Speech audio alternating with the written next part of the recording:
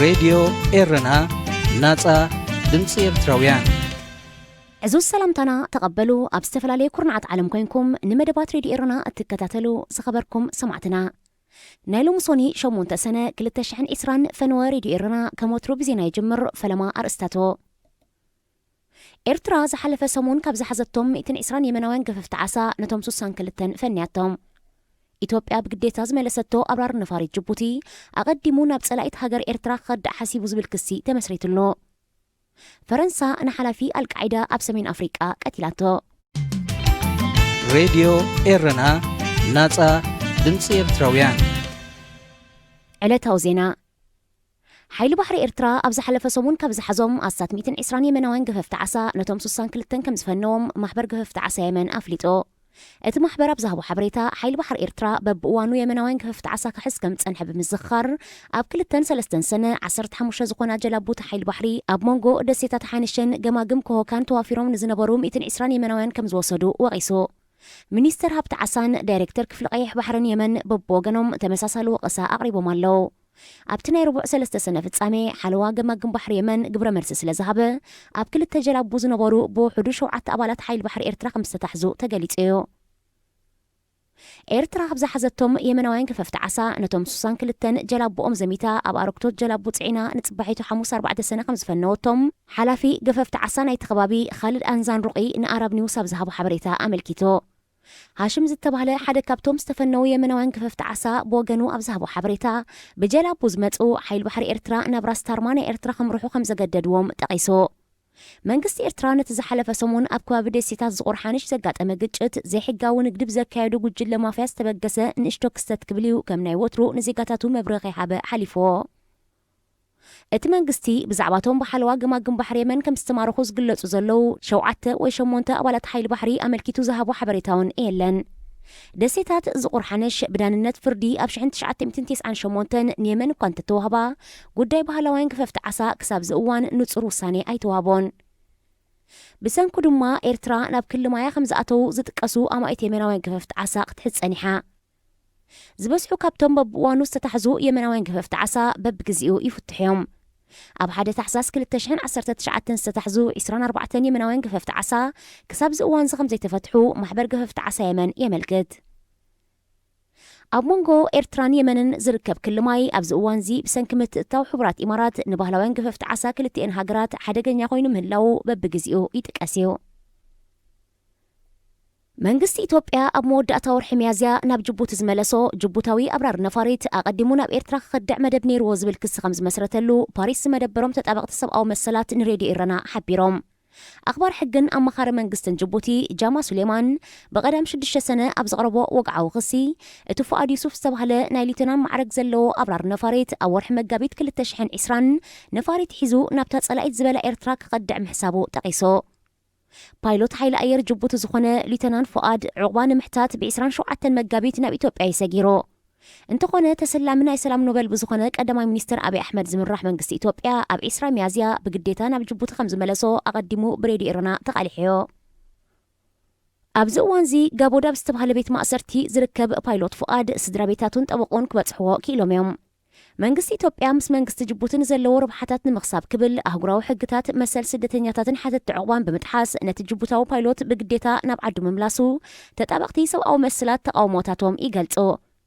ብፕሬዝደንት ዑመር ገለን ዝምራሕ መንግስቲ ጅቡቲ ብምቅዋም ኣብ ጎረቤት ሃገር ኢትዮጵያ ዕቑባ ንምሕታት ዝፈተነ ፓይሎት ፉኣድ ዜጋታት ሃገር ንዘለዎም ፖለቲካዊ ዘይዕጋበት ዘንጸባርቕ ይብሉ ሓያሎ ወገናት ሰራዊት ፈረንሳ ንሓላፊ አልቃዒዳ ሰሜን አፍሪቃ ዓብደልማሊክ ዱርክዳል ኣብ ማሊ ከም ዝቐተሎ ኣፍሊጦ ሚኒስተር ምክልኻል ፈረንሳ ፍሎረንስ ፓርሌ ኣብ ዝሃቦ መግለጺ ነቲ ንሓያሎ ዓመታት ክደን ዝጸንሐ መራሒ አልቃዒዳ ብ3 ሰነ ኣብ ሰሜናዊ ማሊ ኣብ ዝተኻየደ ስርሒት ምስ ሓያሎ መሳርሕቲ ከም ዝተቐትለ ኣረጋጊጻ ኣልጀርያ ዝመበቆሉ ወዲ 50 ዓመት ዓብደልማሊክ ኣብ ኣፍጋኒስታንን ካልኦት ሃገራትን ኣብ ዝተኻየደ ጀሃድ ተሳቲፉ እዩ ኣብ 2004 ኣብ ናይጀርያ ተመሊሱ ኣዛዛ አልቃዒዳ ሰሜን አፍሪቃ ብምዃን ኣብቲ ዞባ መጥቃዕታት ክውድብ ጸኒሑ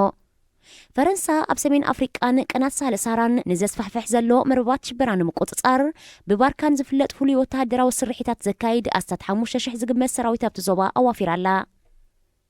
እቲ ካብ 2014 ናትሒዙ ማእከል መእዘዚኡ ኣብ ጫድ ዝገበረ ሰራዊት ፈረንሳ ምስ ሓይልታት ማሊ፣ ኒጀር፣ ጫድ፣ ሴኔጋልን ካልኦት ሃገራት ሳህለ-ሰህራን ብምትሕብባር ዝተፈላለዩ ወተሃደራዊ ስርሒታት ክካየድ ጸኒሕዮ። እቲ ሰራዊት መንግስታት ሃገራት ሳህለ-ሰህራ ካብ ጥሩፋት እስላማዊ ጉጅለታት ኮርዶም ንዝኽእል ስግኣት ዋሕስ ኮይኖም ምህላዎም ናይ ማሊ ናይ 2012-2013 ፍጻሜ ከም ናይ ቀንዲ ኣብነት ብምጥቃስ ዝድግፎ ኣለዎ።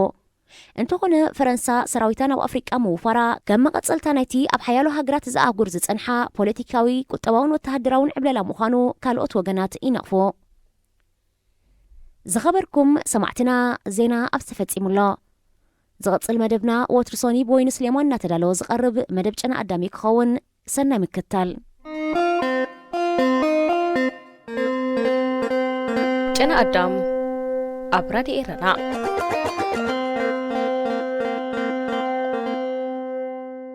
እነና በልቂስ እንደገና ናብ ናይ ድንቁርና ዘመን ተመሊስና እነና ኣረሜንነት ድሕረት ራዕድን ናይ ለጠቕተኛ ስምዒትን ኣቲናዮ እነና ደጊምና ባርባራዊ ዘመን ኣቲና ንጽምብላሊዕ ኣብ ቦታ ኣኼድካ መቕታል ተላሚድና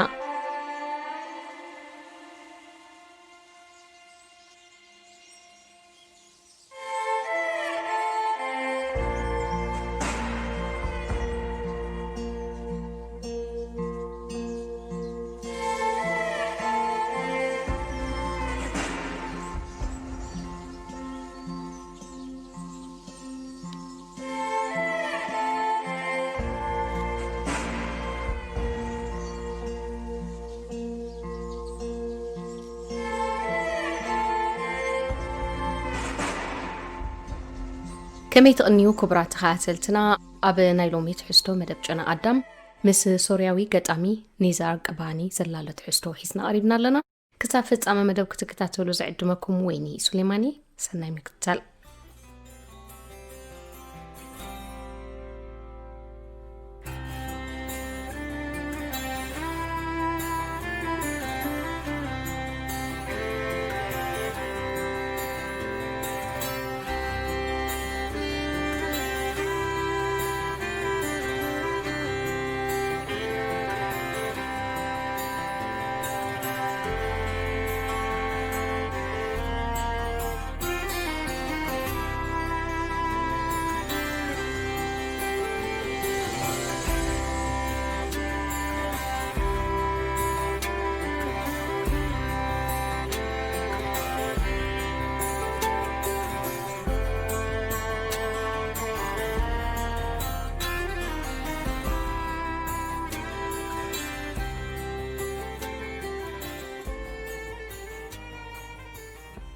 إننا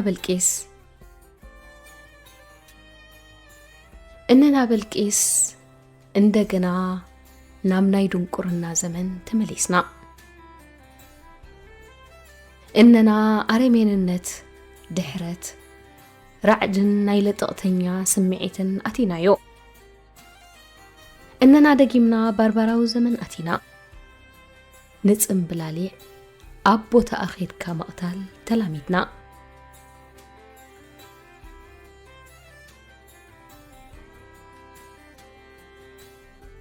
بلكيس كابز أرستا قطمي سورياوي نزار قباني زتقونج عليو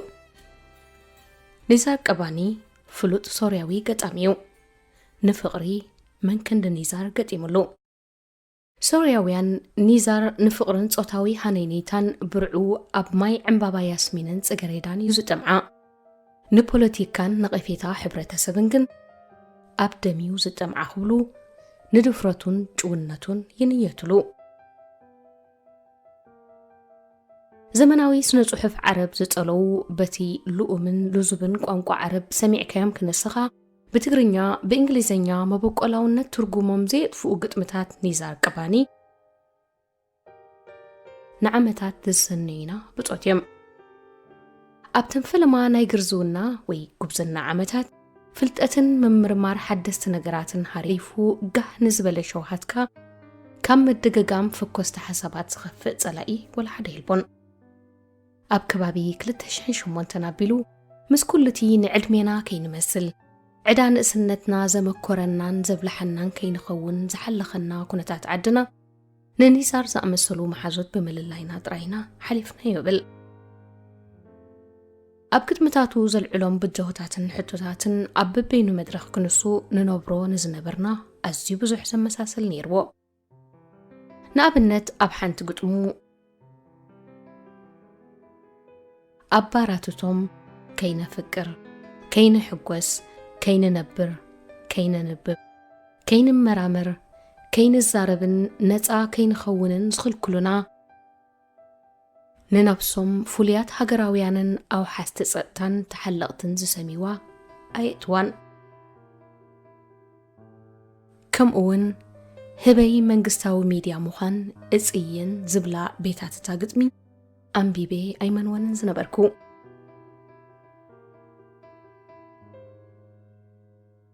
ኒዛር ኣንጻር እቲ ዝዓበየሉ ኣዝዩ ዓቀባዊ ሕብረተሰብ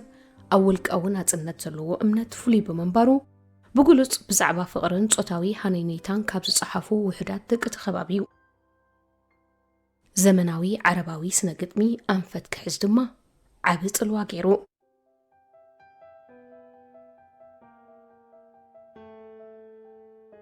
ብዛዕባ መሰልን ናጽነትን ጓል ኣንስተይቲ ካብቲ ኬባ ተኸ ዝስበኽ ዝነበረን ዘሎን ማለት ዘሰልከየና ዛዕባ ማዕርነት ንኽልቲኡ ጾታ ኣጋጋይ ንዕኡ ዝመስል ዕምቆት ዝጎድሎ ጎስጓሳትን ኣዕሚቖም ካብ ዝትንትኑ ገጠምቲ ሓደ እውን እዩ። ንወፅዓን ጥቕጥን ደቂ ኣንስትዮ ኣብቲ ዝዓበየሉ ዓረባዊ ዓለም ምስ ምእሳረቲ ኣማሒሩ ኣእትዮሞ ዝብሎ ፍቕሪ ኣመሳሲሉ እዩ ዝገልጾ። ጓል ኣንስተይቲ ከይትሕበን ከይትምሰጥ ከይትሰርሕ ከይትውስንን ተፍቅሮን ከይትገብርን ምኹናን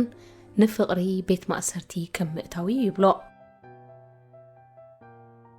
ንጌጋ ትርጉም ባህልን እምነትን ንዕውር ኣምልኾ ውልቀ መለኽቲ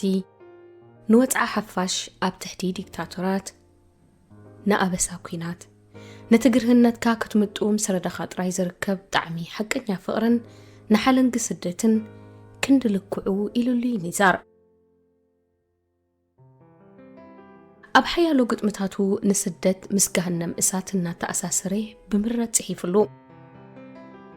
ኣብ ለንደን ብሕሱም ሰፍላለነት እሳቀየሉ ኣብ ዝነበረ 15 ዓመታት ነታ ምስ ሞተውን ኣብ ሓመዳ ቅበሩን ኢሉ ዝተላበወላ ደማስቆ ከም ዝኽብል ገጢሙላ።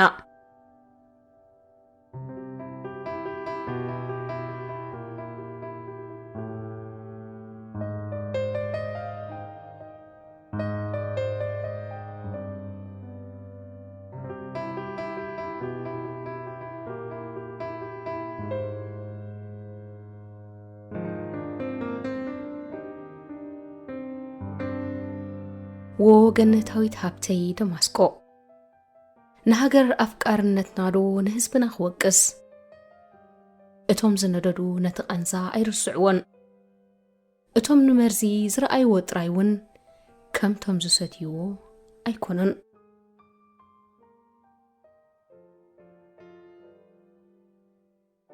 ብዘይድሌታ ድሕሪ ምምርዓዋ ነፍሳ ንዝቐተለት ሓፍቱ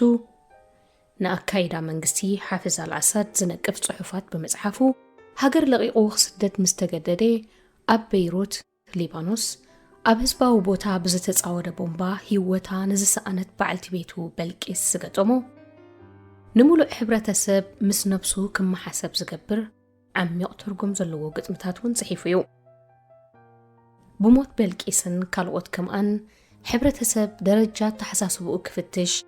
كحفرن نفسو كحكخن أمريرو نفس نقفيتاوي أجباب بمتقام زغطما بلقس أب حنت بيت كابقا كم زنابلي وييبل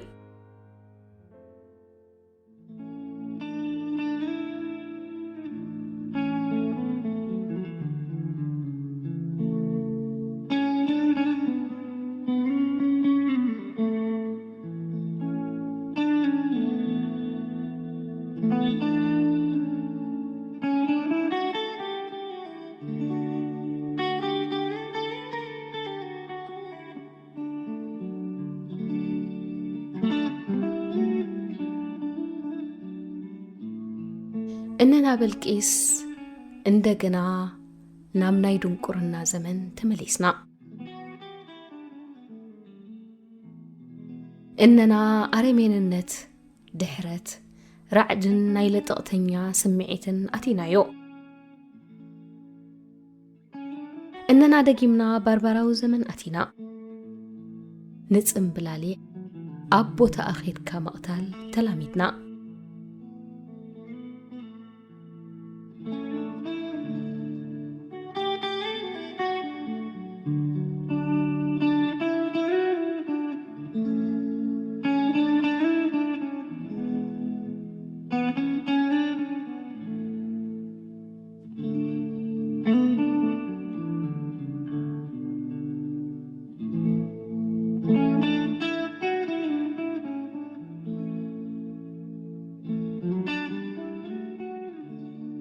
إتا نزير كنتا وحبتي زبلاد دماسكون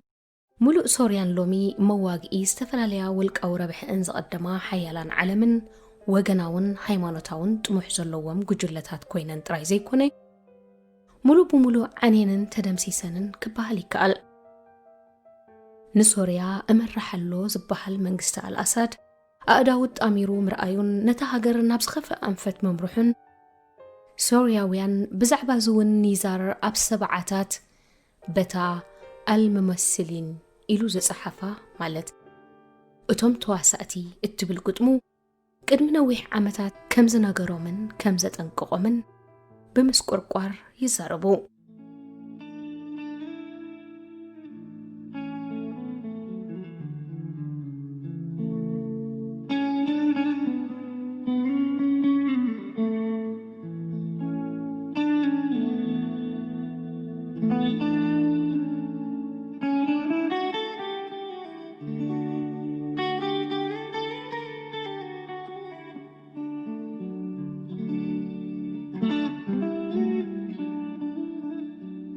زخونة بوجباج سب كتفقلو برت مسعتقي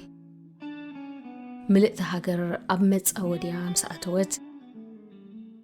هزباد ما كمناتو مفنترا مستقبرلهم صنعت غازيطاتات نمنادقن كنت منتي مسملقاو كل ነገር يزموت مايات أتكلتي دمتن حبرن أقرب كابسروم يسددو كابوتانا بوتا يهدمو ود سبكا يتأنت كم زي نبرون يخون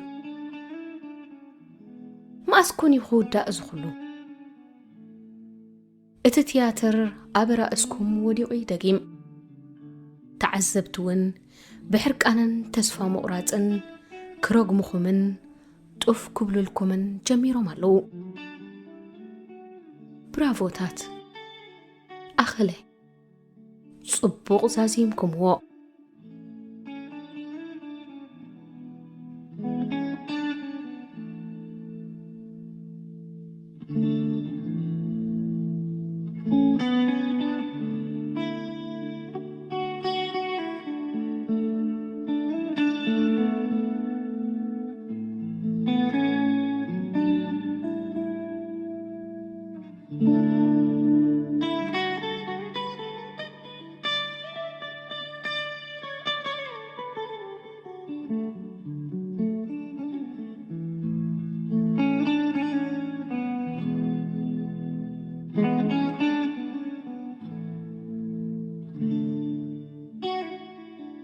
حرف افترقم كابتا أبشحن شاتميتن سبعاتات سقطما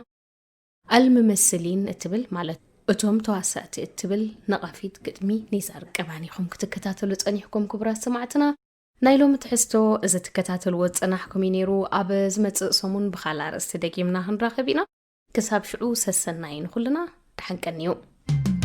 إذاعة الرين الدولية صوت أريتري مستقل راديو إيرنا ناصا دمص إرتراويان كمي لكم كمي تخونوا كبران دك هاجري أوشتن وتعين زلكم كبرام دافلاي أقدمه موق نافقت سلامتك قرب لكم أفقدوا لي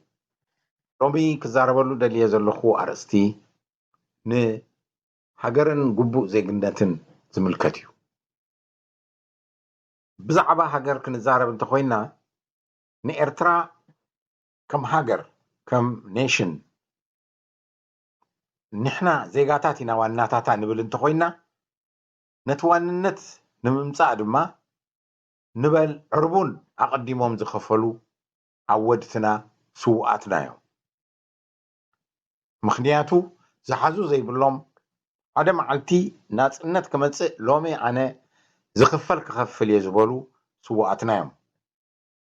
ኣብዚ ቅንያት እዚ ድማ ብዘለና ክነኽብሮም ኢና ናይ ስውኣት ኣወድቲ እዮም ዕርቡን እዮም ከፍ ኢሎም ክንብል ንኽእል ንዜግነት ንሳቶም ዜግነት ኣይርከብሉን እዮም ናፅነት ስለ ዘይነበረ ዜጋታት ኣይኮኑን መበቆሎምን ሃገሮምን ኤርትራ ምዃኑ እዩ እምበር እቲ ሕጋዊ ዜግነት ዝበሃል ግቡእን መሰልን ዘሰክመካ ዝልግሰልካ ዜግነት ግን ኣይርከብሉን ስለዚ ብደሞም ይኹን ብዓፅሞም ዝኸፈልዎ ዋጋ ከም ዋጋ ዕርቡን ኣቐዲሙ ዝክፈል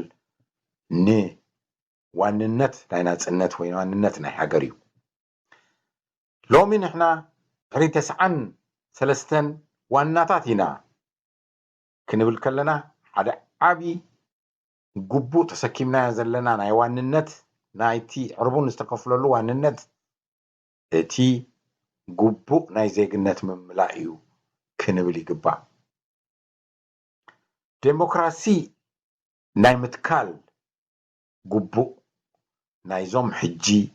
ብሂወት ዘለና ወለዶታት ግቡእ እዩ ናይ ስውኣት ግቡእ ክሳብ ናፅነት ምብፃሕ እዩ ነይሩ ብድሕሪኡ ዘርከበ ዜጋ ተጋዳላይ ይኹን ዘይተጋዳላይ ዕድመ ብዘይፈሊ ሎሚ ኤርትራዊ ዝብል ካብታ ሃገር ድማ ይብፅሓኒ ዝብል ዜጋ ለውጢ ናይ ምምፃእ ሓላፍነት ናቱን ናታን እዩ ዕድመ ኣይፈልን እዩ ኩሉ ሎሚ ብሂወት ዘሎ ዜጋ ግቡእ ናይ ለውጢ ክስከም ኣለዎ ሃገር ሉላዊት ሃገር ማለትና እዩ ብእንግሊዝ ኔሽን ማለትና እዩ ማሕዝ ማለት ዜጋታት ምፍጣር ማለት እዩ ሃገር ከይሓስካ ዜጋ ይፍጠርን እዩ ኣብኡ ዝነብር ህዝቢ ክህሉ ይኽእል እዩ ኣብ ሃገር ምክንያቱ መሬት እዩ ሃገር ማለት ግን ዜግነት ምስኡ ዘለዎ ህዝቢ ማለት እዩ እቲ ዜጋ ድማ እዩ ነቲ ሃገር ዘመሓድሮ ፅቡቅ ናይቲ ሃገር ክርከብ ድማ ግቡእ ክኽፍል ዘለዎ ዜጋ እዩ ግቡኡ ምስ ከፈለን ነቲ ሃገር ዘድልዮ ነገር ክገብር ብቐፃሊ ክሕተት ከሎ በቲ ሓደ ወገን ድማ መሰልን ረብሓን ካብቲ ሃገር ይረክብ ብምዃኑ ሃገርን ዜግነትን ተሰማሚዑ ኸይድ እምበኣር ዴሞክራሲ ናይ ምትካል ሓላፍነት ናይዚ ወለዶ እዩ ክንብል ከለና ናይ ዜጋታት እዩ ማለትና እዩ ዜጋ ሓደ ሕጋዊ ኣምር እዩ ዜጋ ማለት ነባሪ ማለት ኣይኮነን ዜጋ ብሕጊ ናይቲ ሃገር ዝውሰድ ሓደ መሰል እዩ እቲ መሰል ድማ ምስኡ ግቡእ ይመፆ ኣብ ዝተፈላለዩ ሃገራት ተሰዲድና መፂና ኣለና ብጀካ ስደተኛ ምዃን ዜጋታት ናይቲ ሃገሩን ክንከውን ዕድል ንረክብ ኣለና እሱ ምስ ገበርና ግን ምስኡ ዝመፅእ ግቡእ ድማ ክንፍፅም ምስኡ ንፍርም ማለት እዩ ንሕና ኤርትራውያን ድማ ዜጋታት ናይ ሃገር ኢና ንብል ግቡእ ድማ ኣለና እቲ ግቡእ ቀንዲ ኣብዚ ግዜ እዚ ለውጢ ምምፃእ እዩ እቲ ሃገር ከም ዝመሓየሽ ምግባር እዩ ዝብል ፅኑዕ እምነት ኣለኒ ምክንያቱ ሃገር ማለት መሬትን ኣግራብን እንስሳታትን ኣይኮነን ሃገርና ኤርትራ ክንብል ከለና መሬትናን ኣግራባን እንስሳታትን ኣይኮንና ንናፍቕ ዘለና እቲ ኣብቲ ሃገር ናይ ምቕማጥ መሰልን ምስኡ ዝመፅእ ንፈትዎ ነገርን ንደልዮ ነገርን ምምላእ ምርካብ ማለት እዩ ለውጢ ከይገበርና ድማ ነዚ መሰል እዚ ክንረኽቦ ኣይንኽእልን ኢና እቶም ውሽጢ ዘለና ኣይረኸብናያን እቶም ደገ ዘለና ኣይረኸብናያን ኣለና ብኣካል ኣብኡ ንሃሉ ኣብ ውሽጢ ክሊ ሃገር ኤርትራ ንሃሉ ኣይንሃሉ መሰል ኣይረኸብናን መሰል ጎዲሉና ተዓሚፅና نبل سبات زيغاتاتنا لو تكنا متص دليت دما ويكبو ناتنايو كالي كم تعالنا يكلينيو هاجر مالت بزيغاتاتو زمحدر اب كل حقاوي حنصاص وي دوب زلو مريت مالتيو بزيغاتاتو زمحدر حدا اب كل فلوت حنصاص حقاوي حنصاص زلو مريت مالتيو هاجرات اب عالم دما بخومين هاجر زبحالا إرترا أوشت إثيوبيا خلا هاجر تبحال زي كالتو بمقنيات ناتا حنصوص دوب بعالم سلازي تفلطيو السوق متصي لما تقاليس كام سمصاخا هاجر فتيران تيلكا زيغاتاتن هاجرن زم حضرولو حدا غبو نمسلدانلو إرترا زيغاتاتا زم حضروا هاجر كاب كوينان لاينا نبل كاب 24 قنبت 9 سلستنات حزام كاب 9 حدا نات حيزو زي كونلو مخنيات عالم كفلت أكاس لزي كئل حجون اب تحت إثيوبيا خاص لزبله ينبر بحيلي ببرت صلاي سويغنا نتحاجر تقوصاصيرنا نيرنا كلنا ما حضر نيرنا بحقيقن دوبكا تفليطو حجر كتبحال جدن حقاو مسرح ناي عالم تحلف سلازلكا كلنا كم نفلطو الريفرندوم بقنبت 9 سلستن حجر كوينا ايرتا لولاويت حجر كوينا زيغاتات دما مجمريا غزي إريتراوي زبل زيغنت سكيمنا ازي سمعتاوي قال ايكونن اني إريتراوي مبال ايكونن ورقه تحز مالتي اب قدم عالم كتنقساقس انت خوينكا منابكا هاجر انا إريتراوي الكا كتقرب تخيل مالتي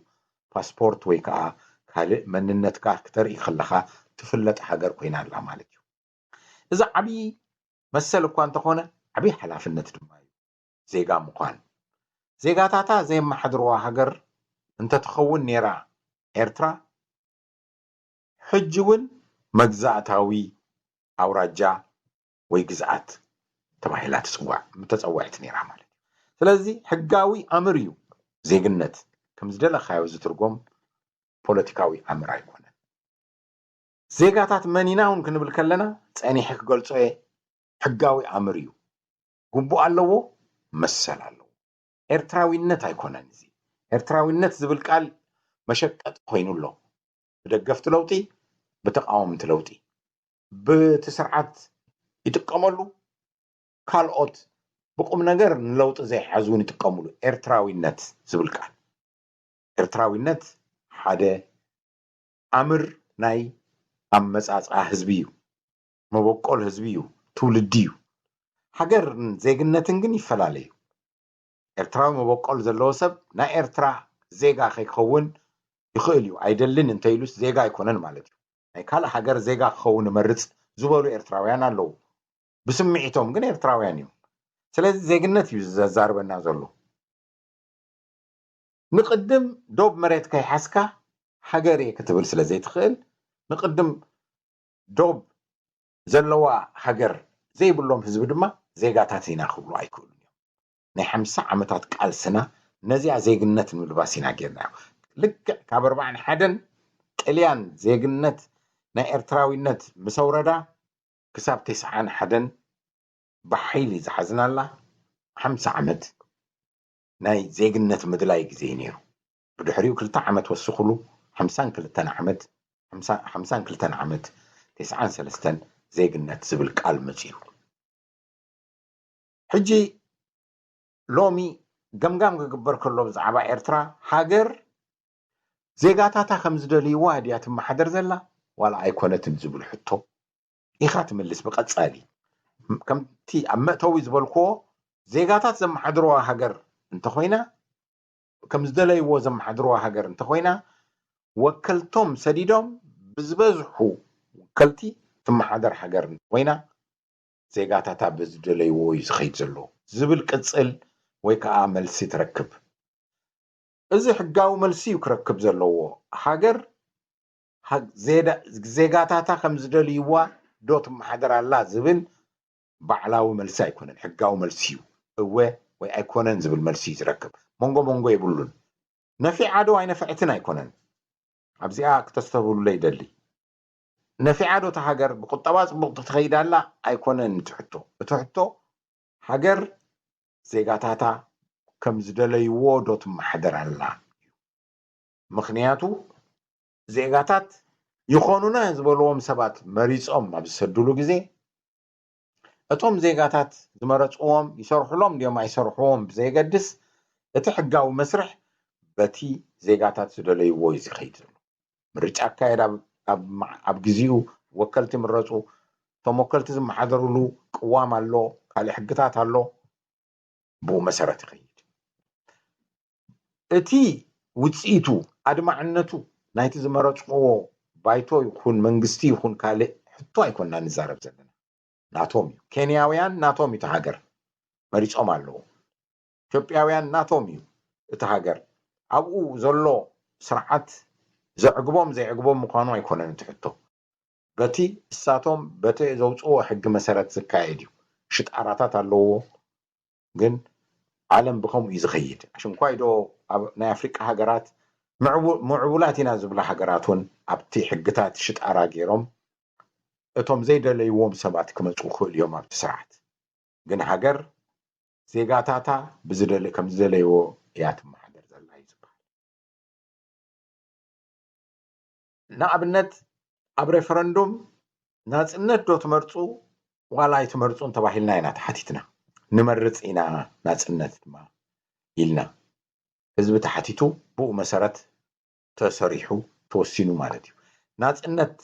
تقيمو دون ارتراويان ايتقمن ايكونن تحتو مخنياتو حقاو حتويو ناصنت ناي حزبي ملسي نيرو لوم دما ارترا هم دليتكم ديات محدر زلا زبل حتون زيغاتات قرايو قرب زلو ابز حجي كلتا ملسك متصخيليو هو كمن دليو يزخيد زلو زبلو زيغاتات كلو يوم دغفت تسرعات زخونو نزي حجي زلو سرعات ساس دغفتو زخونو نزي زلو منغستن سرعاتن ندغفينا زبلو هو حجر صبق تكايد الله صبق نمحدر علينا يقصللنا زبل دمصي كسمعو خلو كالوت دما استرفنا دما ايفالون حجر صبق ايتمحدرنا لنا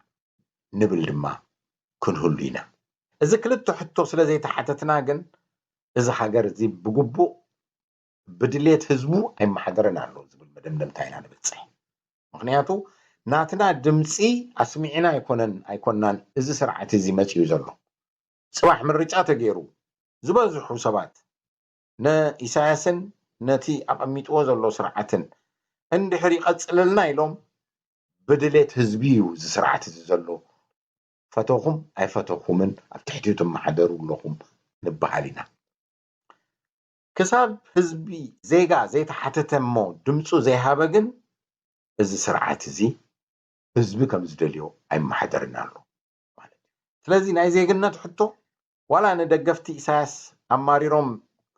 زصرفونا زلو مخنيات يكون نحنا نتوم دغفتي اساس امارينا نصرفوم زلنا مخنيات كله حقاوي حتو يمالا بو يزفتح امبار ديمقراسياوي سرعه اب ارترا ناي متكال حقاوي بوليتيكاوي مسرح زيغاتات كم غبوم كوستو ناي مغداد سغونتي كفصم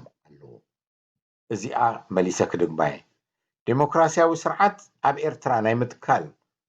ሕጋዊ ፖለቲካዊ መስርሕ ዜጋታት ከም ግብኦም ክወስድዎ ኣለዎ ፖለቲካዊ መስርሕ እዩ ዲሞክራሲያዊ ስርዓት ኣብ ኤርትራ ምትካል ፖለቲካዊ ወይ ሕጋዊ ፖለቲካዊ መስርሕ ብሕጊ እቲ መስርሕ جميرو وديو ناب حدا سرعات ناي متكال كبصحنا له ديمقراسياوي سرعات كنتكلينا انتيلنا تي بوليتيك حقاوي بوليتيكاوي مسرح ككايد له حقاوي بوليتيكاوي مسرح دما ويت بوليتيكاوي مسرح حقاوي كبحال دما زيغاتات كدمصو له اجي ناي دمص حتو يو دوا بيلونا زلو ناتي حساب ناتي فليز بلا حساب أبز زمصو زلخو جن كساب حدا لو تمسيو دمس إن هبا يكوننا كنصبز لنا لومي حقاو مسرح بوليتيكاو مسرح أب إرترا كم تأتاتو مقبار لومي ناتنا قبوي دمس محاب بتي كلاسيكاوي مقدي أيكونن إرتراوي عجو خوينو زلو بتي مهزنتو ناي هزبي ناي زيغاتات دمسي زسمعلون دليت زسمعلون كقبر اللو ولومي زيغاتات سخونا كلنا اتي مسرح كن مهزول لنا كم تقدم زبهازنا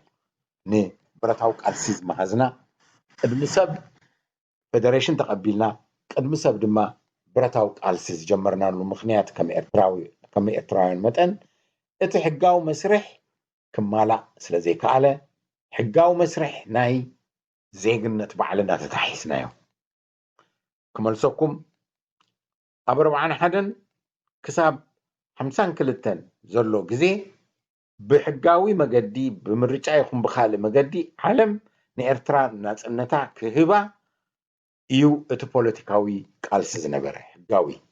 سلازي حبرات منقستات يكونوا كالوت حيالات بتجزيتي سلطان ناي مسججار حيل زنبروم ناي طليان مجزاتي ابي دوم تشبيتهم ناي ارترا ناصنت ناي محب حقاوي سلطان زنبروم حجون حقاوي سلطان يزبرو زنبروم انجليز حبرات منقستات كمو توم حيالات بحالو 4-5 هاجرات ناصنت كهبو حزب ارترا قليبو ببوليتيكاوي مسرح مالتي بحقاوي بوليتيكاوي مسرح سلف ناصنت ارتراويان الرابطة الإسلامية كمون كم برو إيطاليا زعمسلا كالون كأجر ناصنت سبحالا ناصنت ندليلن كالوت عندنت دما ناصنت عادلن مش إثيوبيا يلوم كلهم ارتراويان زيغنت يوم زحطو نيرو هاي زيغنت مسرح يوم زحطو نيرو كساب 52 كم تنفلطو ناصنت مولو ناصنت كوهاب سلازي كاله مسغاغري كون زخيل وي كاله مقدي تمريصو حرايس كي تبايلو زيغا بخاله كم حدر مريصو مالتيو فيدريشن تاعتاتيو فيدريشن كفرس مس جمره طرعنون مس مصه بانديرا 58 مس ورده كاله لوط اثيوبيا مس جبرت اتطرعن بحقاو مقدي كخيد بتي ناي حبرات منقستات خيد سلازي كاله حقن مخبار حيلي تطقيمنا نتي حجر بحالنا صلاقي سغيغنا كنتات كنفطرينا زبل دما كيرو 30 عمت كاب 61 كساب 91 قالس تخايدو راديو إيرنا ناتا دمتي إرتراويان راديو إيرنا ناتا دمتي إرتراويان ازون زيغاتات كم غبوهم زوسدو مسرح مالتي ناي منتاي مسرح ناي لو تممصا كنبلو نخل بعبيو جن بوليتيكاوي حقاوي بوليتيكاوي مسرح نمتكاليو 91 مس مصه حقاوي بوليتيكاوي مسرح تجميرو تقداماي كم تزبلكو ريفرندوم مكياديو مخنياتو حقاوي بوليتيكاوي مسرح يسو ريفرندوم على ما يقبلنانيو نحنا نصا غيرنا خلنا بدمنا بحيلنا نتحجر جن حقاوي بوليتيكاوي مسرح كنكايد تجددنا 93 تتخيلوا سلازي حدا مسرح تخايلو كنبل نخيل حج دما دحري 93 ديمقراسياوي حقاوي مسرح مكياد بوليتيكاوي مسرح مالتي نعقو مكياد دما قبونا حقاوي بوليتيكاوي مسرح كايد زيغاتات قبونا سلازي فتصمنا سلازي نقحنا يو دما اذا سرعت زي سلطان كقبت كيلو زيغاتات حقاوي بوليتيكاوي مسرح ناي مكياد قبوهم كفتصمو ወይ كنفصم سلازي كالنا سرقت مصيوم نت سلطان تقوصاصيروم مسلنا حزب غفيفهم بقر نتهم مسل زغففو نابتي حقاوي مسرح كنمصوم تفينا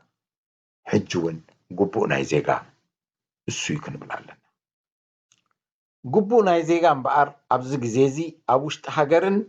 ابدغن انترينا من يقبو ناي زيغا غبر زلو مخنياتو زيغاتات بوليتيكاو قبوهم فصمو ينا تباهلنا كنقدد علينا يزبل زلو ግብረ ሰናይ ኣይኮነን ኣነ ሕጂ ንለውጢ ዝድግፎ ዘለኹ ክብል ኣለኒ በጃኹም እምባ ኢደ ኢድካ ኢልና ዛ ሃገር ነፃ ነውፃ ኣይኮነን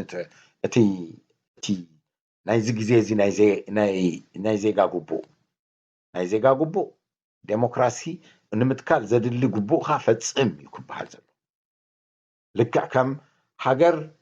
እንተተወሪራ ብባዕዳውያን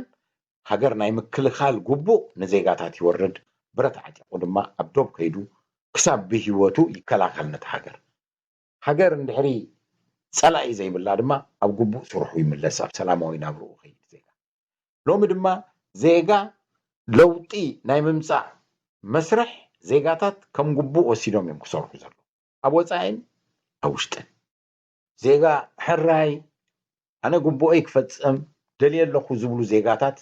ብኸመይ እዮም ሕጂ ክሰርሑ ዘለዎም ዝብል ሕቶ እዩ ዝመፀና ምክንያቱ ኣብ ሃገር ከድካ ናይ ዜጋ ድምፅኻ ተጠቂምካ ለውጢ ምምፃእ ኣይከኣልን ኣሎ ከመይ ዳ ዓይና ክንገብር ዘለና እቲ ፍታሕ ብመገዲ ሰላማዊ ሰልፍታት ፖለቲካዊ ሰልፍታትናን ፖለቲካዊ ውድባትናን እዩ ግቡእ ዜጋ ክፍፀም ዘለዎ ቅድሚ ሎሚ ኣብዚ ዘረባታተይ ብተደጋጋሚ ዘልዕሎ ሕቶ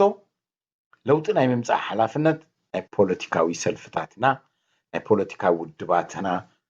ሕቶ እዩ ወይ ከዓ ሓላፍነት እዩ ፖለቲካዊ ውድባት ንህዝቦም ነቲ ለውጢ ከመይ ከም ዘምፅኡ ኣረዲኦም ህዝቢ ኣብ ዘዝደለዮ ወይ ዜጋ ኣብ ዘዝደለዮ ፖለቲካዊ ውድብ ኣትዩ ለውጢ ከም ዝመፅእ ክገብር ኣለዎ ማለት እዩ ለውጢ ብዙሕ ዓይነት እዩ ክብል ይኽእል እዩ ዜጋ ኩልኩም ሓደ ኢኹም ደሓና ኣብ ዝኾነ ክንኣቱ ኢና እንተይሉ ዜጋ ወዲኡ ማለት እዩ ወይ ከዓ ኣብ ሓደ ኮይንኩም ምፁን እሞ ኩልኩም ኣብ ሓደ ኢና ንገብር እንተይልና እውን ክኸውን ይኽእል ግን እሱ ቴክኒካዊ ሕቶ እዩ እንተበልኩ ኣይተጋገኹን ግን ድማ እቲ ሎሚ ዘሎ ውድዓውነት ግን ፖለቲካዊ ውድባት ኣብ ሓደ መፅአን ሓደ ውድብ ክገብራ ኣይኮናን ዜጋታት ንጠልብ ዜጋታት ፖለቲካዊ ውድባት መደባት ኣምፅአን ናይ ለውጥን ናይ ድሕሪ ለውጥን መደባት ኣምፅአን ክዕግባና ኣለወን እተን ዝነፍዓ ቁም ነገር ዘለወን ፅቡቕ ናይ ሃገር ናይ ምምሕዳር ሓሳባት ዘለወን ሰልፍታት በዓለን ከም ማይን ዘይትን ክፍለያይን ስም ጥራይ ኣይኮነን ፖለቲካዊ ሰልፊ ማለት እዩ ሃገር ክመርሕ ንሃገር ምምራሕ ዘድሊ ሓሳባት ከምፅእ ዝኽእል ወይ ዝኽእላ ፖለቲካዊ ሰልፍታት ንቅድሚት ክመፅእ ስለዚ ሓላፍነት ሎሚ ናይ ዜጋታት ግቡእ ከፈፅማ ዘለወን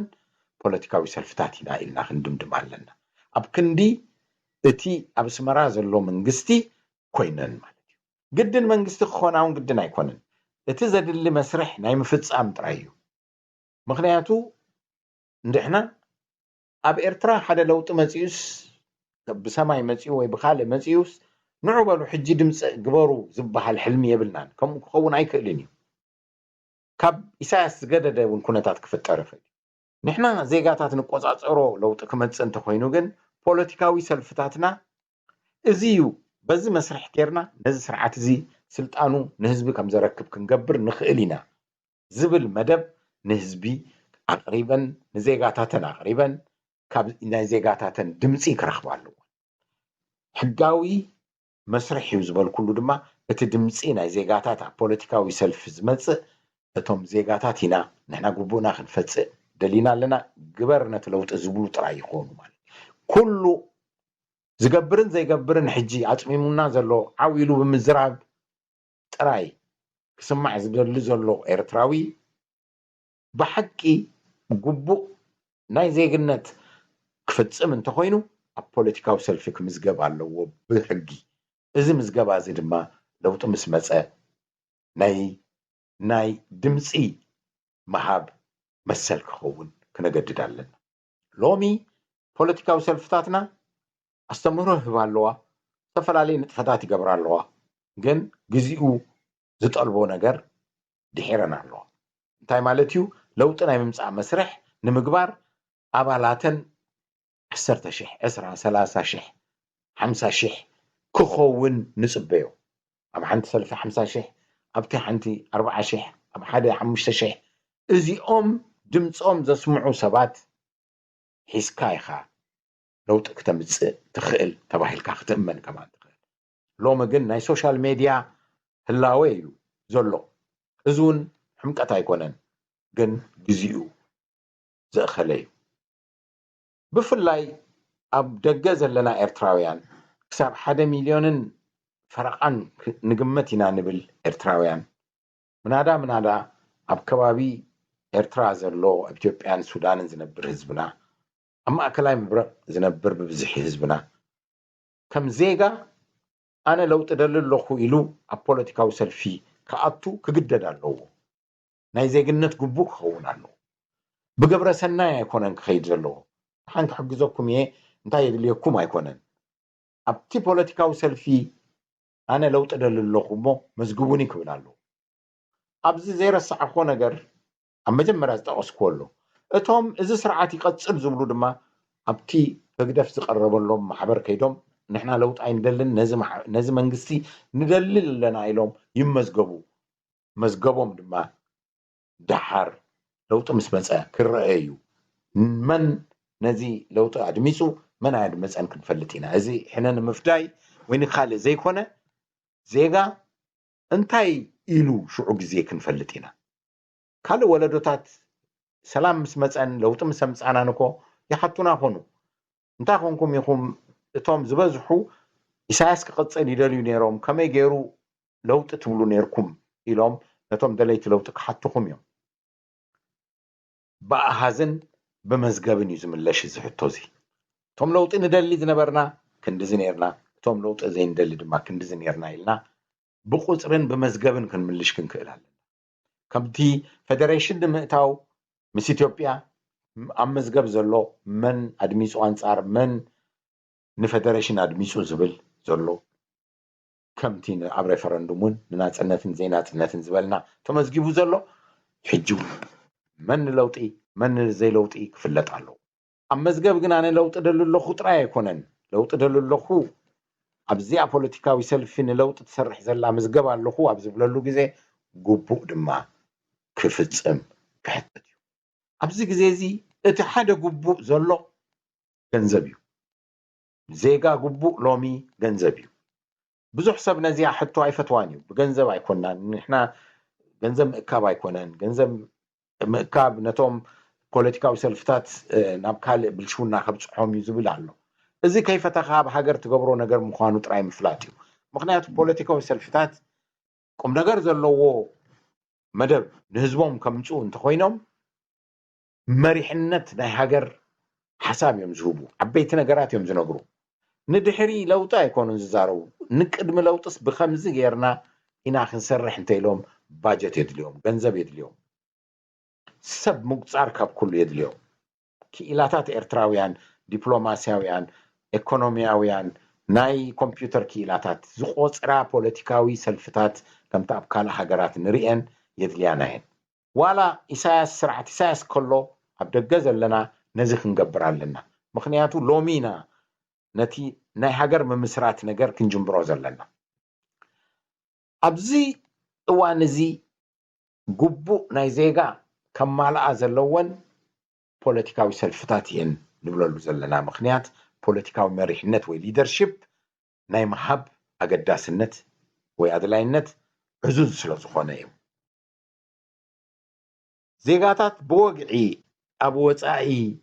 ናይ ምምዝጋብ ኣድላይነት ኣለዎ ዶ ኣብ ዝብል ኢና ንመፅእ ግቡእ ስለ ዘለዎ እቲ ግቡእ ከማልእ ዘለዎ ድማ ዜጋ ስለ ዝኾነ ልክዕ እዩ ዜጋ ክምዝገብ ኣለዎ ኣብ ውሽጢ ወፃኢና ኣለና ውሽጢ ዘለና ዜጋታት ኢና ኣብ ውሽጢ ኤርትራ ነበርቲ ግን ነቲ ዜጋ ዜግነት ክነማልእ ስለዘይደለና ድሌትና ፍሉጥ እዩ ለውጢ ንደለና ንብል ፍሉጥ ሰባት ኣለና ይቀፅለና ንብሉን ፍሉጥ ሰባት ኣለና ምርጫ ስለዘይብልና ኣብኡ ክንቅፅል ኢና ውሽጢ ዘለና ግን ካልእ ኣማራፂ ድማ ኣለና ምስቲ ደገ ዘሎ ተመዝጊቡ ዘሎ ሰልፍታት ነብስና ክነተኣሳስር ክንጅምር ኣለና ብምስጢር እዩ ልክዕ እዩ ግን ዘይግበር ዘይከኣል ስለዘሎ ብምስጢሩን مستي دجزلو سلفي كتأساسر مالتي سلازي أنا نايزي سلفي عبالي للوت إيه زبل الله أنا نايزي سلفي لوت أين دلنينا مزي سلفي مسجدة في أونز كبل خيري متأمن زيغاتات أب لوتي أب دحر لوتي متأمن بقليلو بحبار ناي مسرح تموكرو لومي يكون تزخيل لومي دا تقالسنا خلنا كل حتوتات ناي مزراب ناي مفتاح سلطان كهلونا اللو سلطان زهلوان دما بوليتيكاو سلفتاتين زخونا مالتي أبزي ناي سبات نمردع كمزي بفلات أو بزي فلات حد سيرك قبرو دليو ناي مقاياق حنتي انتاينا نبلامو زربا ناي ملعال كإلت على أبزي حتوزي منجست اليوم كقومود اليوم تبل الله بوليتيكاو سلفتاتي منجست كقومود يوم تدليوهم زلهم أبزي خلو جنا قيمة خلو ناي سلطان قويا ديو كجمر تدليو زلهم تبل ناي مفرراح حتو الله قدام أي نجار بوليتيكاو سلطان مدلاي نورا يكونن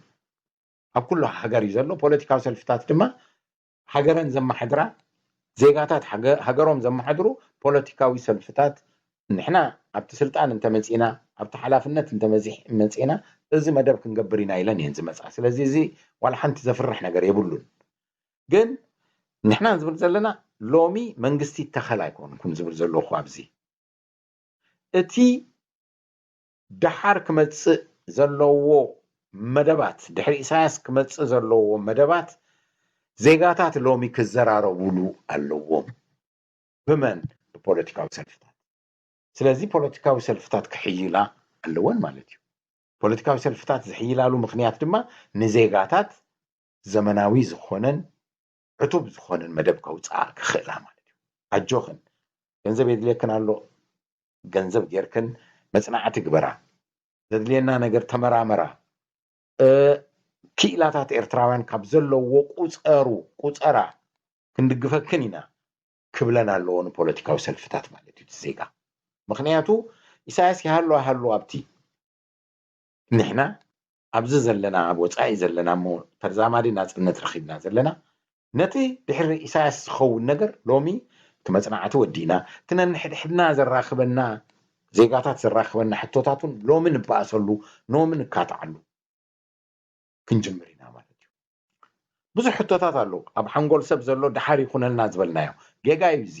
ሎሚ ዘይተሰማምዓና ሎሚ ንቀያየመሉ ዘለና ሕቶታት ስለዘይተዛረብናሉ ንቀያየመሉን ንረሓቐሉን ዘለና ሕቶታት ሎሚ ብፖለቲካዊ ሰልፍታትና ጌርና ኢና ክንረክቦ ዘለና ቃል ዓለም የለን ኣብዚ ሕቶ እዚ መርገፂና እዚዩ ክብል ኣለዎ እቲ ፖለቲካዊ ሰልፊ ባዕረይ መርገፂኻ እዚ እንተኮይኑ ንሕና ኣነ ኣይድግፍኒ ኣብታ ሓደ ከኣቱ እየ ክብል ኣለዎ ዜጋ ነዚ እንታይ ዘሕፍር ኣሎ ኣብዚ ብዙሕ ሕቶታት ኣሎ ናይ ብሄራት ንኣሽቱ ብሄራት ከም በዓል ዓፋር ኩናማ ወዘተ ዘልዕልኦ ሕቶታት ኣሎ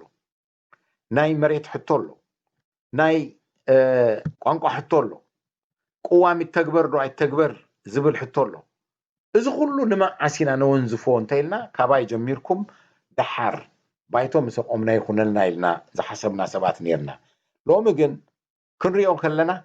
نحنا دليتنا إساس السيو دحار كنبقاسيو لومي إذا كله عسيو نازل له درو دماتي ناي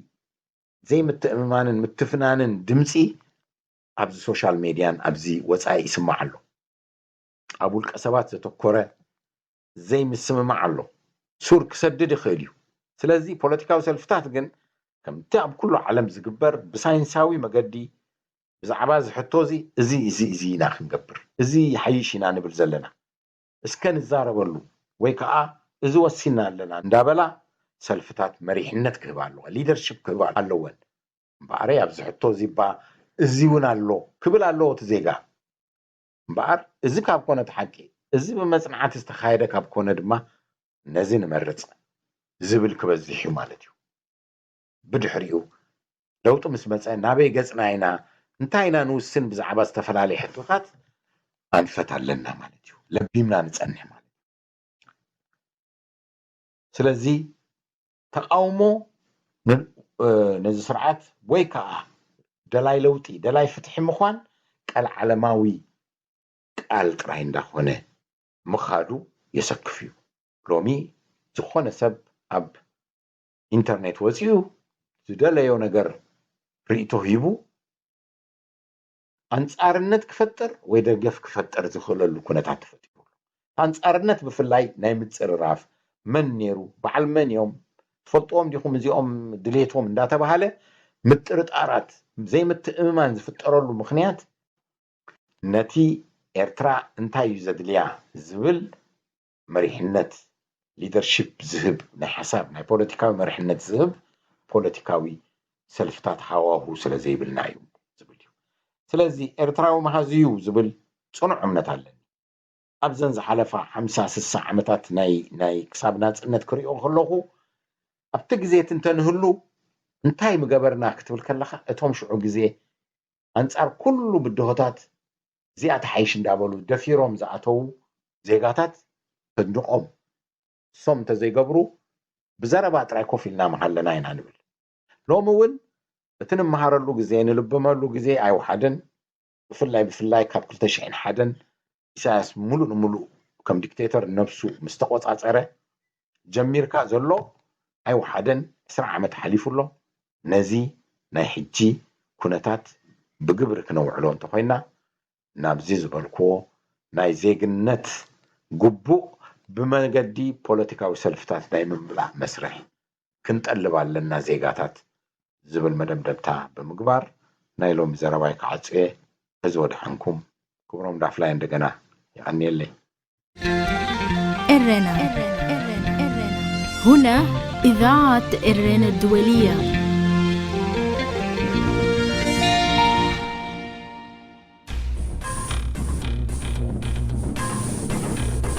መልእኽታትኩም ናብ ሬድዮ ኤረና ኣብዚ መደብ እዚ ካባኹም ካብ ሰማዕትና ንዝመፁ ርእይቶ ነቐፌታ ማኣረምታን ካልእን ዝቐርበሉ መደብ እዩ ሰላም ራድዮ ኤረና ያ ዝገርም ተሪዮ ታርስቲ ዝገርም ተሪዮ ክብላ ድመርጽ ዝገርም ተሪዮ ኻዩ ምትእኻባትን ምጥርናፋትን ህዝቢ ኤርትራ ከምኡውን ሰብ ሞያ ስነ ጥበብ ውድባት ማሕበራት ወዘተ ክርአን ከሎ ብዝገርም ጥጣፌ ተበቲኑ ንኽብሉ ናብ ሜድያታት ዝጎዩ ውልቀ ሰባት ካብ ምዕዛብ ኣይተቆጠብናን እዚ ዳርጋ ኣብ ኩለን ይሰራ እዩ ብጣዕሚ ኢኻ ትገርም ከምኡ ኮይኑ እተን ኣብ ዩቱብን ኣብ ገለ ማሕበር ኣብ ገለ መናእሽቱ ሜድያታትን ዝግበር እኳ እንተጎሰናዮ ዓበይቲ ሜድያታት ግን ኣክንድን እተን ማሕበራት ሓቲቶም እንታይ እቲ ጉዳይ ዝፈልጡ ነቶም ተበቲኑ ክብሉ ናብ ሜድያታት ዝጎዩ ንዓኣተን ምገባዘን ብጣዕሚ ዝገርም እዩ ካብኡ ተሪፉ ድማ እቲ ዝገርም ተሪዮ እዘን ማሕበራት ኣይ ወርሒ ኣይ 6 ወርሒ ኣይ ዓመት ነገራተን ከይፀሃፋ ቅርፀን ከይሰርሓን ከለዋ ከምዝዶ ክብሉ እንከለዉ ብጣዕሚ ዝገርም እዩ መን እዩ ክልትን ዝደሊ መን ኢኸ ለኣኸይ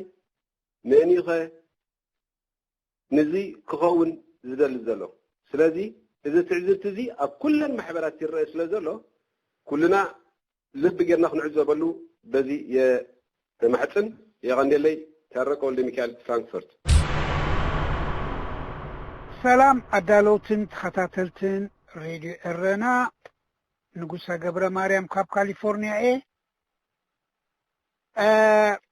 ሎሚ እንታይ ሒዘ መፄ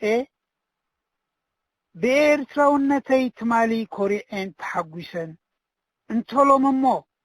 ሓፊረን ሓዚነን ክብል የመፄ ዘለኹ እወ ህዝቢ ኤርትራ ካብ 4 ጀሚሩ እንዲ ንባዕዳውያን ኣይግዛእን ኢሉ ምስ ዓለም ተኸራኺሩን ተጋዲሉን መወዳድርቲ ዘይርከቦ ከቢድ ናይ ንብረትን ህይወትን ክሳራ ከፊሉ ብቕልጹሙን ጅግንነቱን ኣብ 1991 ነፃነቱ ጨቢጡ እዚ ወርቂ ታሪኽ ህዝበይ ድማ ንዘለዓለም ይኹርዓንን ይሕብነንን يحقسن انت هون كاد علومي حافير كان حزين كان انت لكم نقل كنت تريو زلهم ابز قنيات ازي اب امريكا جورج فلويد استبالي افريكان امريكان تسلم بحد صعدا بوليس بقفئي ابكسادو ترقيص مسموته حزب عالم بفلاي تسلمتن صعدون امريكاويان بزي صوتان ادمن افلالاي كمون ناي كالوت عليتات حزبي كي ترفو نتقف عوي تفتصمو اقطعيومن على عيلومن ابزي غزين هيوت حدغنيا زخونه كوفيد كورونا فيروس امو مفنتاتن مرحاقن انبر مقررابن متنخافن زي فقدن امو منግስት امريكا نتي تقاومو مقصصار سينو كرفيو ناي ساعات اتو اوجي خلو ازوم ابلع عليه تتقصو حزبታት ግን ነቲ ኩሉ ሓደጋታት ህይወት ዕጅብ ከይበሎም ብብዝሕን ብኸቢድን ሕግን ፍትሕን ይንገስ all human beings have equal value ኩሎም ደቂ ሰባት ማዕረ ክብሪ ኣለዎምን ይግብኦምን black lives matter ህይወት ጸለምቲ የገድስ ዝብሉን ካልኣቱን ጭርሖታት ተሓንጊጦም ኣብ ታሪክ ኣሜሪካ ተራእዩን ተሰሚዑን ዘይፈልጥ ንመንግስቲ ኣሜሪካ ዝበድህን ሓያል ታሪኻዊ ተቃውሞ ንርኢ ኣለና እምበኣርከስ ነዚ ምስ ረኣኹን ተዓዘብኩን ርእሰይ ናብቶም ሕልና ኣልቦ ኤርትራውያን ወሲደ ብኣውቶሪታርያን ኢሳያስ ኣፈወርቅን ደቂ መዛሙርቱን ኣብ ልዕሊ ህዝቢ ኤርትራ ዝተፈጸመ መወዳድርቲ ዘይርከቦ ኣረመናዊን ኣሰቃቅን ግፍዒ ንምጥቃስ ዝኣክል ሓደ ነቶም ንኤርትራ ነፃን ሓራን ክገብሩ ዝሰንከሉ ጀጋኑ ኤርትራውያን ኣብ ማይ ሓባር ዝተረሸኑ ክልተ ሓያላትን ተባዓትን ጋዜጠኛታትና ንህዝቢ ሓቀኛ ሓበሬታ ብምዝርግሖም ጥራሕ ካብ 2001 ክሳብ ሎሚ ሓላዋቶም ዝጠፍአን ዝሓቐቐን بقول 15 ዝፍለጡ ላዕለዎትን ምኩራትን ተጋደልቲ ይኣክል حسابنا نكبر ስለዝበሉ ዝሓቐቁን ዝጠፍኡን ጅግና ተባዕን ቢተወደድ ንሓቅን ንመሰል ህዝቢ ኤርትራን ስለዝተጣበቀ ብኣውቶሪታርያን ዝተጨፍለቀን ዝጠፍአን ንምጥቃስ ይኣክል እንተኾነ زينا قصري ዘለዎም ውሑዳት ሕልኖም ሸይጡ ኤርትራውያን እሞ ኤርትራ ኣብ ሕቶ ምልክት ኣትያ ኸላ ብፍላይ ወፃው ዝነብሩ ሕልኖም ዝሸጡ ኤርትራውያን ምስ ኣውቶሪታርያን ምልካውን ኢሳያስን ጉጅሉኡን ህግደፍ ወጊኖም ክትርኢ ከለኻ ካብዚ ንላዕሊ ዝሕፍር ኤርትራውነት እንታይ ክህሉ ይኽእል ይቐኒየለይ እዚ ድምፂ ራድዮ ኤረና እዩ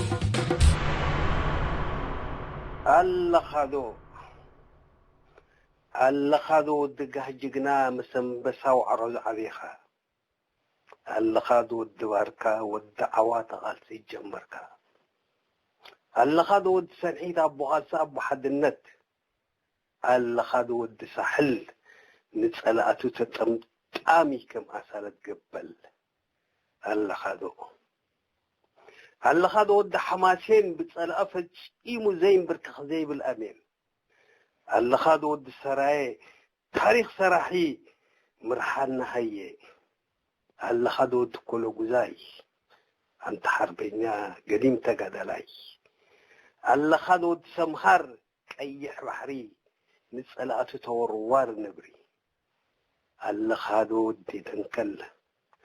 ሓውስ ሰገሬ ዝሓለፈ መስገደል ያ ኣለና ጌናውና ኣለና ኤርትራውያን ሰላምታና ይረሳዕናን ዝኸበርክንን ዝኸበርኩምን ኣሕዋት ኣባላት ረዲ እሬና ከምኡ ኸማን زخبركم سمعتي إريتراويان كل سنة ينعقم أنا مكيري كاب هاجر الجرمن كاب كتما نورنبرغ ما كم تنفلتو زقنيات زي معلتي تين وعروتاتن تيوم أنا بسن دفء زبلولو أسرع سنة يمزعلو نمنتايم دفء إلهم ما نم إريتراوي زفلتو حوو حبتو أبو أديو ودكو ود حبو ود حتن ود مو دفء زبلولو قالسي نعنا نخطعمنا نعنا فيتاخ نبر هيوتهم زحلفلنا زحلفلنا وعروتاتنا أنا بسن نذكر لهم عالتيهم حضرهم كخبيرنا دو زخوان إرساوي نفسي عتت أخبرنا حضرنا يسوات من نفسنا نحتت بخنياته تحالفوا كسوون كله انتهي من محليفهم عوتنا حفاش التحفاش مني أنا نسخي كلنا إريتراويان التحفاش نبهل نحنا مود التحدر داني بتحق برار إنادنا إريتراويان أحد معواتن توامخ ندقافي نزيهم نسنتهم زبليا أبقالسي هوتهم زحلفوا أبقالسي إريترا تكون عندهم كما جزاء حران خوص عندهم زخل هوتهم حديثهم كوينجن حضرهم زي خبرنا نول قوم نخبلو كمزي انسسا زوضا أراويت بعلى زابئن نيام تأخيهم نعنا نخطفونا لسبقسلو جزيه مانم إرتراوز فولتايو نعنا خبتاتنا زي فنقلهم يلن نعنا خبتاتنا زي سرحو سرح يلن نحنا خاني ننا تبالعنا بوجن بعليت بهيمانوت بوراجا بودبي ودبكا ننا تبالعنا هيقدف بليعنا زيهم جيجو ماجو عدوم يفلت عودوم زي فلت نحنا جن أمتا كلتا تودي أمنا حمزلو صبوك جرفان فولتنا كوينة جن أبدوكو هينا ندبل بهيمانوت نزارب قالن خريستيان تدعى تصريفو قالن إسلام تدعى تصريفو كلنا هون نبل هاي عشنت الناس بالعلان نبلع كم زي الناس فولتسهم إريتراويا أسلامي كريستيانا يبهلا بإريتراسي بتاريخ كمان سمعين هاي فلتنينا كم زخن نبالا عن كلنا جن هقدفن أخلاقاتون دررهم زلو تفلتو دو نحنا أدرارنا طمخانا نفلت دو سلازي اتحدنتنا من دلدالسي انتهي تتسجن وقن عليت هاي مانت والدبي بوتك امتها بصحنا يصفر خوينا روينا تحنجلنا تأجيبنا كي سمعنا دلينا نارخبنا لأن حدنا نبالع علنا اتبها قرد الهزبقن كريئنا كله سمعنا كله جن بطعم يزحزن نحن إريتراين نشنو بفلا يوم دقفتنا يسترعد اللهم انتهي تساقون كوانا ردعني كذني زيها هاجر زيها أما جزاءة أوان أمتعه نتاسك من ورد صبوك يركم سفلتهم ناس النت تبع هيلوجن هيناي ناس النت قويتهم مسبارة لكم الإثيوبيا مساعته كاب دياسفورا كاب إريترا كاب هاجركم تخودوا لإثيوبيا هم قويكم أب إثيوبيا أتيكم نبيتسوكم تصويعكم مس بيتسوكم تراحكم بوا هيفالكم من هم تايم ندقفوا لهم نخصعهم اتيوم نخصعهم ندقفوا እቲኦም ጀዋሲ ዘሎ በኤርትራ ንሶም ከታሊ ኣድኾንኩም ከምዚ ኣብዑር ተቐሪብኩም ትኸዱ ዘለኹም እንታይ እዩ እቲ ጉዳይ ናትኩም ንምዃኑ ኣልሙም ተፋሊጥና ኣለና ኤርትራዊ በዚ ግዜ እዚ ሃገሩ እናተረመሰት ምስ ስርዓት ዝድብል ከምቲኦም ቅልውላው ዘለዎም ጅጅማዩ ዘሎ ዝመርሑ ዘሎ ሃገር ከምኡ ሕማም ዘለዎ ጥራሕ እዩ ንኤርትራ ክትኮን ዘይኮነት ኤርትራ ታሕቲ መሬት ክትቀበር ትፅዕሩ ዘለዎም ሰባት እዮም ኤርትራው ግን ኣብዚ ግዜ እዚ ኣምታ ኩነታት ከም ዘለና ማንም ትፈልጦ ስዋ ሓሊፉ ወዲ ስዋ ኣምታ ኩነታት ኣሎ ንስውእ ከመይና ንኽብሮ ንውስውእ ከነኽብሮ ተዳኣ ኮይና ንህዝብን ንወዲ ስውእን ከነኽብርን ከልና ጥራሓይ ስውእ ኣይርኤና ይሰምዓና ኣብ 10 ሰነ ወላ 10 ቶን ዕምባባ ኣውሪድናሉ ኣውዲቕናሉ ኣይርኤና ይሰምዓና ዝርኤና መን ቤተሰብ ናቱ ርኤና ወዲ ሃገር ርኤና ህዝቢ ኤርትራ ርኤና ሕድር ናይ ስውእ ኣኽቢርና ዶ ኣብዚ ንተዓዘብ ስለዚ ዘረባ ቢሕሶር ልምህም ዝኾነ ኤርትራ እንተደኣ ኮይና መዓልትና ፅበት ሓሊፉ መዓልቲ ስውኣት 10 ሰነ መፅእ ኣሎ እስከፈት ነፍስና ንፈትሻ እስኪ ሕድሪ ስውኣት ኣኸቢርና ዶ ወይስ ኣይኸበርና ቻው ማዕ ሰላማ ይሓባይ እዚ ድምፂ ራድዮ ኤረና እዩ